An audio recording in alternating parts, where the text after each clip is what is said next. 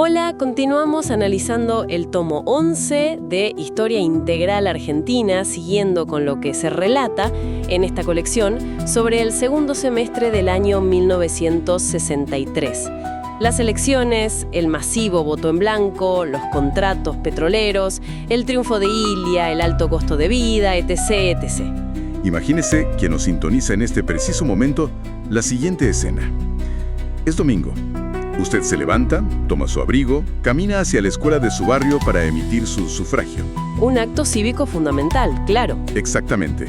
Pero usted sabe, con absoluta certeza, que el partido político más popular del país, aquel que representa a la gran mayoría de la clase trabajadora, está terminantemente prohibido. Es ilegal votarlo. Es fuertísimo pensarlo así, a la distancia. Ese era el clima exacto, ese aire denso y crítico que se respiraba en julio de 1963. Un país completamente lleno de contradicciones, donde la democracia funcionaba a medias, digamos, con reglas escritas por las bayonetas. Exacto. Y lo fascinante de repasar las revistas y los documentos de esta época es observar el contraste brutal, la doble vida del país. Por un lado, en estas mismas páginas, vemos el esplendor de las noticias argentinas del espectáculo. Ah, sí, el brillo de la farándula. ¡Claro! La televisión estaba en pleno auge, los radioteatros, las vedettes que deslumbraban en la noche porteña, el glamour de los estrenos. Y al dar vuelta a la página, la cruda y violenta realidad institucional. Como si el país viviera dos realidades paralelas. Y nuestro objetivo hoy es desarmar esa contradicción. No solo enumerar qué pasó, sino entender los engranajes ocultos de cómo funcionaba esa Argentina tan compleja. Absolutamente. Y para comprender ese engranaje, debemos detenernos en el mecanismo de la proscripción. Así es, porque no se trataba simplemente de decir, el peronismo no puede presentarse. Era una arquitectura legal diseñada meticulosamente para asfixiar cualquier intento de representatividad. Un sistema muy sofisticado. Tremendamente sofisticado. El Poder Ejecutivo, bajo el mando de José María Guido, un presidente de facto con traje civil, amplió las inhabilitaciones mediante decretos directos. El solo hecho de aceptar la influencia del expresidente exiliado era motivo de censura. Y tenemos el caso del doctor Raúl Matera, que ilustra esto a la perfección. Precisamente. A él se le prohibió ser candidato por el Partido Demócrata Cristiano. El sistema, lisa y llanamente, te expulsaba si tenías el más mínimo contacto con el líder depuesto en el 55. Y fíjate vos cómo se vivía esto en el día a día. Las publicidades comerciales en las revistas de actualidad que tenemos aquí en la mesa son un testimonio vivo. Son un reflejo de época increíble. Totalmente. No te vendían solo jabones o televisores. Te vendían miedo y sentencias políticas. Hay un anuncio de UDELPA, el partido del general Aramburu, que tiene un tono publicitario casi de espectáculo, pero con un mensaje lapidario. Dice, y cito, vote UDELPA, y no vuelve. Contundente y muy directo. Pero hay otra, del partido Revolución Libertadora, que es un verdadero masazo visual. Ocupa toda la página con el dibujo de un gorila gigantesco y el texto clama, si gorilismo significa luchar por una auténtica democracia, vote lista 20, llena el Congreso de gorilas. Es de una agresividad visual impactante. Es una agresividad que uno esperaría de una barra brava, no de una plataforma institucional. Es un documento visual que refleja una sociedad completamente fracturada. Y ante este escenario de puertas cerradas, surge la respuesta de las bases. El Frente Nacional y Popular, impulsado por dirigentes de la talla de Augusto Bandor desde el sindicalismo, Vicente Solano Lima y Delia Parodi, diseña una estrategia de resistencia sumamente astuta. El famoso voto en blanco. Exacto, el masivo voto en blanco. No era apatía, entiéndase bien, era una herramienta política activa para deslegitimar un sistema que les daba la espalda. Y al observar esta mecánica de cómo se excluía por motivos ideológicos a través de decretos, me veo en la obligación de plantear una duda genuina que surge del texto que analizamos. La fuente nos invita a una profunda reflexión, y pregunto con total imparcialidad. ¿En qué medida las actuales sentencias judiciales contra líderes populares representan una evolución sofisticada de aquellos decretos directos para impedir la representación de las mayorías? Es un paralelismo histórico que requiere muchísima prudencia, pero que resulta innegable desde el análisis de los mecanismos de poder. La exclusión siempre busca nuevos ropajes, digamos. Nuevas formas de operar. Exactamente. Y el resultado de esa elección del 7 de julio nos entrega las matemáticas del conflicto. Se presentaron 49 partidos, un número enorme. Una dispersión total. Así es. El triunfo oficial fue para el doctor Arturo Illia, de la Unión Cívica Radical del Pueblo, con un 25,15%, es decir, unos 2.444.000 votos. Perdóname que te interrumpa acá porque para quienes nos sintonizan, este número puede sonar muy extraño. Adelante, por favor. Illia saca el 25%, pero el voto en blanco, esa herramienta de resistencia de la que hablabas, trepó casi al 20%. Estamos hablando de 1.800.000 argentinos que metieron un sobre vacío. Una cifra colosal para la época. Casi 2 millones de personas diciendo no acepto este juego. Entonces, la gran pregunta es, ¿cómo alguien llega a la presidencia con apenas un cuarto de los votos totales? ¿Cómo funcionaba ese mecanismo? Es fundamental explicarlo a la audiencia. En 1963, la elección presidencial no era directa. No ganaba simplemente el que tenía más votos en la calle. Existía el colegio electoral. Un sistema indirecto, claro. Exacto. Los ciudadanos votaban a electores, y esos electores luego se reunían para elegir al presidente. Illia, con su 25%, logró la primera minoría de electores, pero necesitó tejer alianzas con otras fuerzas menores, como conservadores y socialistas. Para alcanzar la mayoría necesaria. Claro, la mayoría en el colegio electoral. Fue una victoria legal, sin dudas, pero con una base de sustentación social extremadamente frágil. Una fragilidad enorme. Por eso, la revista Primera Plana tituló aquel momento, con bastante ironía, como el estallido de normalidad. Una ironía fina, pero muy aguda. Y viendo esta cifra, fíjate vos lo que plantea el documento. Y es una interpelación ineludible. Si una parte sustancial del pueblo es empujada a la autoexclusión electoral por la persecución de sus líderes, ¿podemos hablar de una normalidad democrática?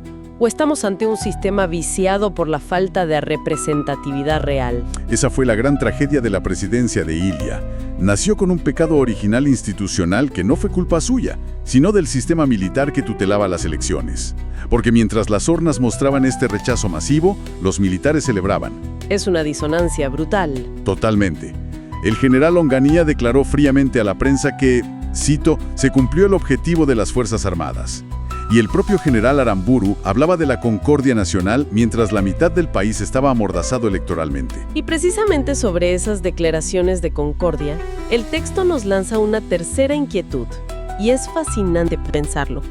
¿Cómo resuena ese discurso de respeto a las instituciones cuando es utilizado por sectores de derecha para validar procesos judiciales que excluyen precisamente a los líderes más competitivos del campo popular? El discurso de la institucionalidad como fachada para la exclusión es un tema profundo, muy profundo. Pero no podemos entender esta tensión política si no miramos el bolsillo de los argentinos. El termómetro real de la calle. Así es.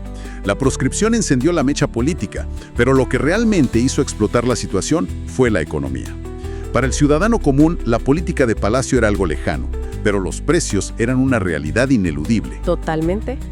Y acá es donde el contraste con el mundo del espectáculo se vuelve grotesco. A ver, explícanos un poco más esa imagen. Nacional de Estadística y Censos publicaba una encuesta detasada verdaderamente terrorífica. Los números de la inflación. Exacto. Entre 1961 y 1962, el costo de vida aumentó más del 63%. Imaginen la desesperación en la calle. Las pizarras de las casas de cambio, como la famosa Casa Piano, anotaban con tiza una devaluación galopante. Un drama cotidiano. El dólar estadounidense llegó a 152 pesos con 10 centavos. Un número altísimo. Altísimo. Y devastador para el salario operario. Y aquí es donde las piezas del rompecabezas se unen. Cuando vos tenés una inflación que te devora el sueldo, y al mismo tiempo te prohíben expresarte políticamente en las urnas, el resultado matemático es la violencia. La válvula de escape estalla. Exactamente.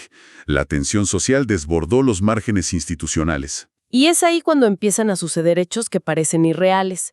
Episodios con un dramatismo que hoy nos resulta asombroso, como si estuvieran escritos para una obra teatral. Hechos casi cinematográficos, diría yo. Sí, algo tan exagerado y simbólico que parecía un libreto de Gauchat o un monólogo trágico cómico digno de Perciavale. Me refiero, por supuesto, al robo del sable corvo de San Martín. Un hecho estupefaciente. A mediados de agosto, jóvenes de la Juventud Peronista irrumpen en el Museo Histórico Nacional y sustraen la reliquia máxima del país.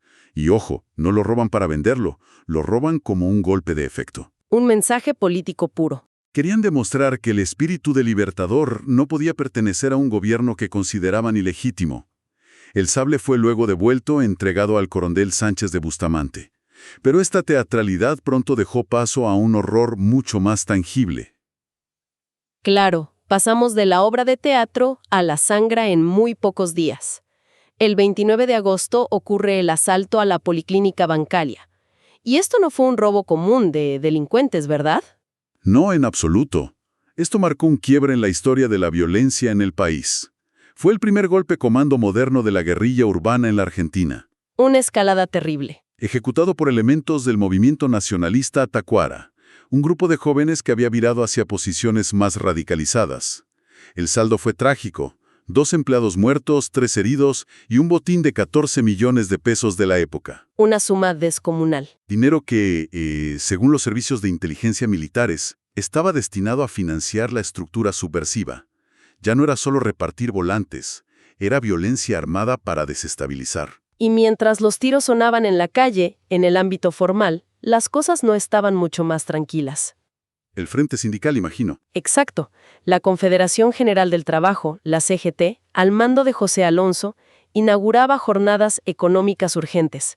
Leían ponencias de figuras que luego serían centrales, como Aldo Ferrer o el mismísimo economista Guido Di Tella. Figuras de muchísimo peso intelectual. Toda la central obrera, hecha en su conjunto, exigía frenar el hambre. Y como respuesta a este clamor, ¿qué hacía el Poder Judicial? Volvía a usar sus herramientas como método de distracción y castigo. Así operaba el sistema, sin lugar a dudas. Mientras la economía ardía, un juez libraba por vía diplomática un exhorto para pedir la extradición de Juan Domingo Perón, acusándolo del delito de estupro. En ese momento preciso. Sí, una causa penal revivida justo en el momento de mayor tensión sindical. No se trataba de buscar justicia, sino de instalar un nubarrón mediático para deslegitimar la figura del líder desde la moralidad, utilizando los tribunales como escenario político. Y deteniéndonos en este uso de los tribunales, yo quiero rescatar la cuarta pregunta que nos plantea la fuente, y que me parece vital para entender estos ciclos. Te escuchamos con atención. Dice así: ¿es posible identificar una continuidad histórica en el uso de causas penales de dudosa integridad para desgastar la imagen de líderes políticos y justificar su proscripción? Es una constante. La instrumentalización de la justicia como arma política no nació ayer. Pero avancemos hacia octubre en nuestro recorrido. Llega el momento de la asunción. Asume Arturo Illia, un hombre intachable, que llega con la firme intención de restaurar el viejo y querido legado ético de Irigoyen. Y apenas un mes después de asumir, en noviembre, toma la decisión más drástica y valiente de su mandato: la anulación de los contratos petroleros. Para quienes quizás no recuerden los pormenores de la economía energética, hagamos una pequeña pausa acá. Me parece muy pertinente. Durante el gobierno anterior, de Arturo Frondizi, se habían firmado contratos de exploración y extracción de petróleo con empresas extranjeras. El argumento de Frondizi era que el país necesitaba autoabastecerse rápido y no tenía el capital para hacerlo solo. El famoso desarrollismo. Pero Illia siempre sostuvo que esos contratos eran ilegales y profundamente lesivos para la nación. Exacto. Illia argumentaba que se habían firmado a espaldas del Parlamento, sin la aprobación del Congreso, y que entregaban nuestra soberanía. Por eso decreta su nulidad absoluta. Una jugada audaz. Era la defensa irrestricta del petróleo criollo, devolviéndole a yacimientos petrolíferos fiscales, YPF, el control de las áreas. Fue un acto de soberanía monumental, pero que encendió la furia de los grandes capitales. Y la reacción no se hizo esperar en absoluto. De hecho, leyendo las revistas de esos días, entre las reseñas de los cabaret de moda y los chimentos de la farándula, te encontrabas con comunicados durísimos, casi amenazantes. El establishment no perdona. Tal cual. El exministro de Economía, Álvaro Alzogaray, le mandó una carta pública al presidente Ilia que era prácticamente un ultimátum. Una carta tremenda. Le advertía que esta anulación iba a generar una lluvia de desocupación y que iba a asustar a las empresas extranjeras y a sus gerentes juniors. Le decía, y cito textual, nadie invertirá sus capitales en la Argentina, por el contrario, tratarán de retirarlos. Y este tembladeral económico ocurría en un momento donde el planeta entero estaba en shock. Recordemos el contexto internacional. Claro, el mundo no se detenía. Mientras aquí debatíamos soberanía y capitales extranjeros, allá en los Estados Unidos, en Dallas, asesinaban a balazos al presidente John Fitzgerald Kennedy, el 22 de noviembre del 63. El mundo contenía el aliento, y el gobierno argentino debía maniobrar en un tablero internacional tremendamente inestable. Pero volvamos a la Argentina, porque a Ilia le empezaron a cerrar los caminos rápidamente. A pesar de intentar mejorar los sueldos, la inflación no cedía. El costo de la canasta básica seguía subiendo. Había 750.000 desocupados. Y la CGT peronista, que no le perdonaba su origen electoral minoritario, lanzó un plan de lucha implacable. En diciembre, armaron una manifestación gigante frente al Congreso. El gobierno radical, a semanas de haber asumido, ya estaba acorralado. Ese es el término exacto, acorralado. El cerco se cerraba milimétricamente. Los sindicatos presionaban por reivindicaciones justas, las empresas internacionales y el establishment financiero boicoteaban la economía por la anulación de los contratos. Una pinza perfecta. Y las Fuerzas Armadas miraban desde las sombras, esperando el momento oportuno. Fue una estrategia de asfixia diseñada paso a paso para crear una crisis de gobernabilidad. Y viendo este escenario de cómo se montó esa maquinaria de presión sobre Ilia, la quinta pregunta del documento surge de manera natural para ir cerrando nuestro análisis. Adelante con la pregunta. ¿De qué manera los poderes fácticos, es decir, jueces, medios y sectores económicos, repiten hoy la estrategia de asfixiar a gobiernos que intentan medidas soberanas, mediante la creación de crisis artificiales? Una reflexión final absolutamente necesaria. Este semestre de 1963 nos muestra con crudeza el drama de un gobierno bien intencionado, atrapado en una red de poderes que los superaban ampliamente. Un país bloqueado por sus propias internas. Un país que anhelaba la normalidad, pero cuyas instituciones estaban diseñadas para la exclusión. Entender estas dinámicas, este entramado, no es solo un ejercicio de memoria, es desentrañar el código genético de nuestra política. Más que recuerdos, más que documentos o crónicas de revistas, Mágicas Ruinas no pretende ser solo un archivo de papeles y nostalgia. Es un espejo entre dos siglos, una interpelación al presente. Desde 2003, Mágicas Ruinas ofrece un recorrido profundo por archivos que marcaron el siglo pasado, con una presencia diaria en Facebook. Suscríbanse y activen las alertas para no perderse ningún hallazgo. Aquí, la historia no es algo estático, es una travesía que nos ayuda a descifrar el hoy.